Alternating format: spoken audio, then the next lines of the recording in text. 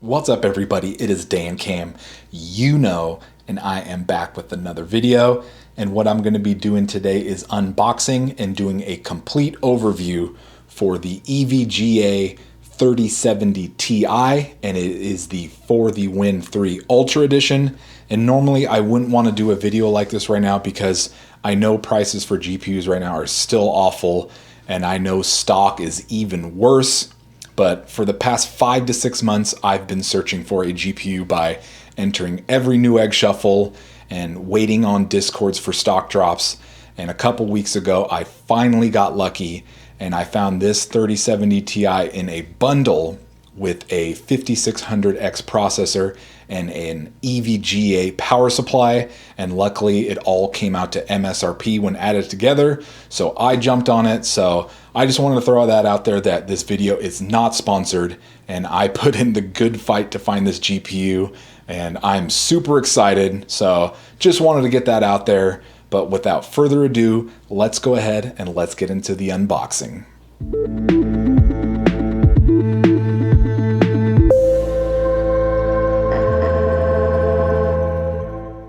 So let's go ahead and get this thing unboxed.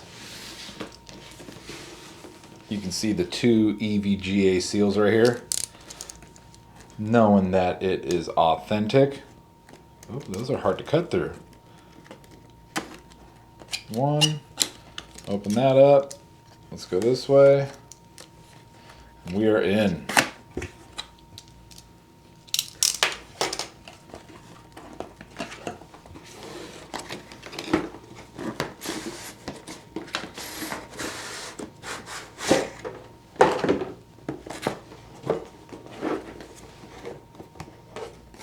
So how does this bad boy open up? Aha. Look at me getting my fingerprints all over it already. So we've got installation guide, and something just fell out here. We've got a little EVGA little sticker. It's kind of cool. It's plastic. Let's go ahead and take this top one off. Now let's pull this bad boy out.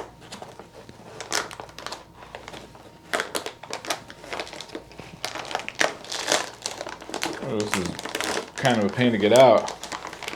Ooh, look at that. Freshly sealed. Got our attention, do not enter without static, proper electrostatic safety equipment. Wonderful. Probably should be wearing gloves, or probably should have grounded myself first, but let's just go ahead and pull this bad boy out. Be as careful as I can. Ooh, look at that bad boy.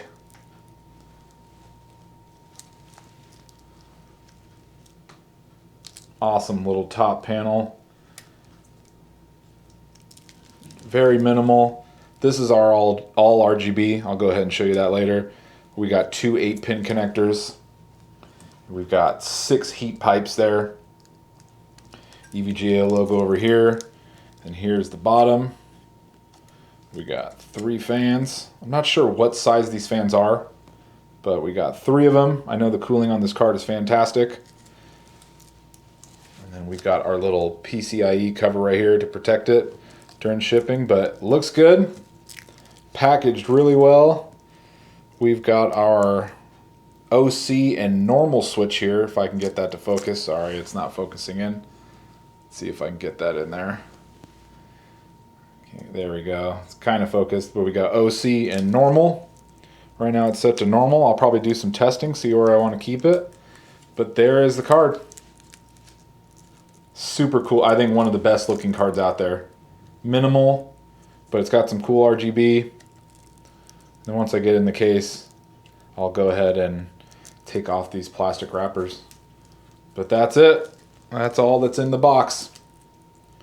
So let's go ahead and let's get this installed in my PC. I'm so excited.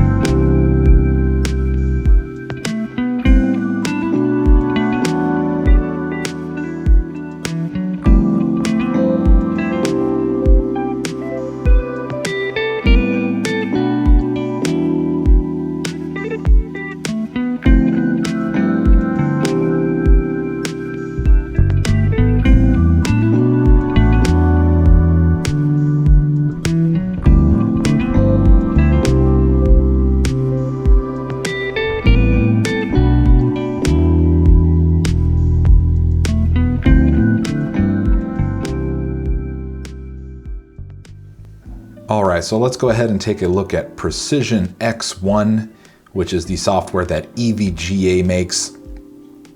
And I don't think I'm gonna fully go in depth on this program because there's a lot to go over, but just as kind of an overlook of this program, you can set everything from your GPU core clock and maximum voltage. You can set your memory clock offset. You can adjust your power and GPU temperature targets. You can set up a custom fan curve for each fan. It also shows you the RPM for each fan and the percentage of how fast they are spinning. And then you can also see the temperature of each part of the GPU, which is kind of cool. But let's just head over to the LED panel and go over all the different options for the RGB bar. So you can just turn it off. I usually leave mine on static to match my case lighting. And then within the static colors, you can change it to whatever you'd like. So there's green, there's like a greenish blue, purple, and all the other different colors. There's a red, kind of a purplish red. And then moving on, you can go to breathing.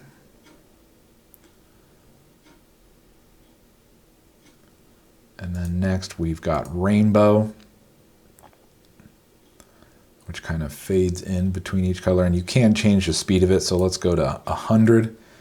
So you can see it's going super fast between each color, or you can go down to 0 and it will go really slow between each color. And the next is color cycle. Let's go down to a 50 speed. That just changes between the colors. We got rainbow wave. We've got wave.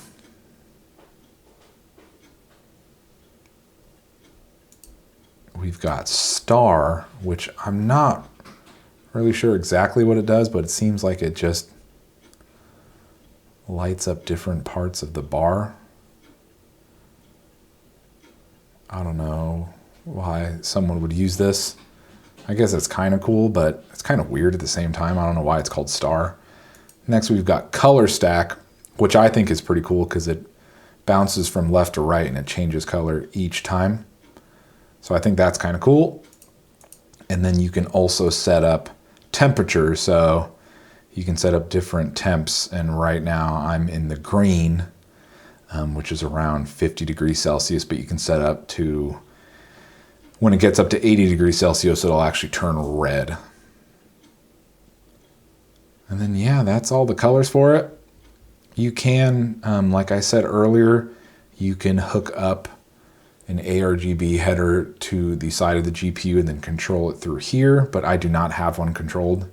I have it controlled through my motherboard, but if you did have something plugged into that header, you can use this. And then you can also monitor all of your hardware, all of your different vitals for your GPU. There's a power meter and then resizable bar, which I'm not going to get into in this video, but that basically covers it for all of the RGB options that I wanted to show. And as far as frames per second goes and temperature averages, I tested all of these games at 1440p and all ultra settings, and basically any setting that was available in the game, I put it to the absolute max. And all these games were tested on an AMD 5600X processor that's been overclocked to 4.5 gigahertz at 1.2 volts. And I'm using 32 gigabytes of RAM at 3600 megahertz. And I tried to test the most graphically intense games that I do have. And if there's any game that you don't see here, just comment down below with what kind of FPS you'd want to see. But all the games I tried that aren't on this list were easily able to cap out at 144, which is what my monitor's refresh rate is. So I didn't bother listing those. I just listed the games that are very graphically intense. And the first one was Horizon Zero Dawn, and I was getting around 90 frames per second at around 69 degrees Celsius. And then for the next game I tested was Days Gone, and I got around 135 FPS average, and it was sitting at around 68 degrees Celsius.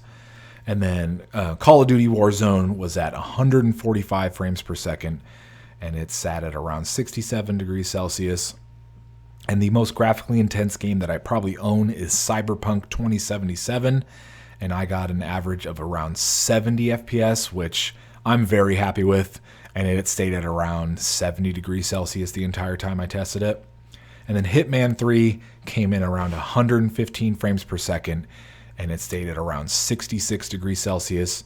And as far as the less graphically intense games, I was seeing average temperatures between 50 to 60, and those obviously weren't pushing the GPU too hard, so it stayed pretty cool. And even with all these games, the GPU stayed relatively cool and very stable, and the fans on them stayed at around 65% to 75% when it's in between 65 and 70 degrees Celsius, which I think is around 1700 RPM for the fans. So a little bit of fan noise, but I left the fan curve how EVGA said it from the factory, and it keeps the card cool. It makes a little bit of noise, but I'm wearing headphones 95% of the time when I'm gaming, so I don't worry about the noise too much. But the GPU performs super well in all these games, and I'm really happy with the FPS results I'm getting. And like I said earlier, if you want to see any games that aren't listed on the screen, just comment down below, and I'll do my best to test those out and then comment down below with the results that I got. All right, guys, as far as my overall impression and review of the EVGA 3070Ti FTW3 Ultra Edition, I'm going to have to go ahead and give it 2 big thumbs up. It's performed extremely well, and I'm very satisfied with the FPS that I was getting across all the games that I tried. And then I'm even more satisfied with the temperatures I was getting. I for sure thought this thing was going to run a bit warm, and I thought I was going to have to mess with the default fan curves and kind of bump them up to get to a desired temperature. But the max temp that I saw with the 70 Ti is, I think, 70 degrees Celsius, which I am totally happy with. And it usually stays in between 60 and 70. So I'm completely satisfied with the temperatures I'm getting. And I do have pretty good airflow in my Fractal Meshify Compact 2 case, which I'm guessing does help quite a bit, but it runs great at a fantastic temperature and it performs extremely well. And my main recommendation is, if you're planning on going with an EVGA product, I would highly recommend registering it as soon as you can, because if you register it within the 14-day window from when you bought it, you can sign up for a ton of programs that EVGA has, like the Step Up program, which basically means if you bought a 3070 Ti, you can step up to a 3080, 3080 Ti, or 3090, and then all you have to do is pay the difference. So I would mail EVGA this card, and then I'd pay the difference between a 3070 Ti and the next card up I want to go with. So, but you have to sign up and register it within 14 days of the purchase date. And I was actually a couple days out. I kind of slacked off on registering it, but I emailed EVGA support and they got back to me extremely quickly, and they went ahead and waived the 14-day rule, and they signed me up for the Step Up program. So if a 3080 or a 3080 Ti comes along, I can go ahead and pay the difference and send this one in, which I'm not sure I'm going to do, because like I said, I'm really happy with the 3070 Ti's performance. But EVGA support's been absolutely fantastic, and the 3-year warranty they come with is extremely reassuring. Just in case I have any issues with it, I can send it back to them, and they've been super responsive. And I was even having trouble signing up for the Elite program, which comes with a ton of different perks and benefits, but I had trouble signing up with that, and I emailed their support and they went ahead and signed me up and got back to me super quickly. So I'm happy with this product. I'm happy with EVGA. I think they're a really good company. And they've been in the news lately for quite a few different things, and it seems like they're handling it very well. So as far as a whole, this company seems fantastic, and I'm really glad I found an EVGA bundle because I would have considered basically anything at this point in time, but I'm really happy I ended up with this one as it's my favorite looking card. It performs super well, and EVGA just seems like a great company. And like I said earlier, if there are any games that I didn't cover earlier as far as FPS goes, just comment down below and I'll try to get back to you as soon as I can. I may have to buy some of these games that you guys are requesting, but I'll go ahead and do that and test them out if you'd like. But that's gonna do it for today's video, guys. Thank you so much for watching. I hope it was informative. And if you enjoyed it, please consider giving it a like rating. And if you're enjoying my content, please consider subscribing. Well, thank you guys once again so much for watching. I'll see you guys in the next video, and I hope you all have a great day.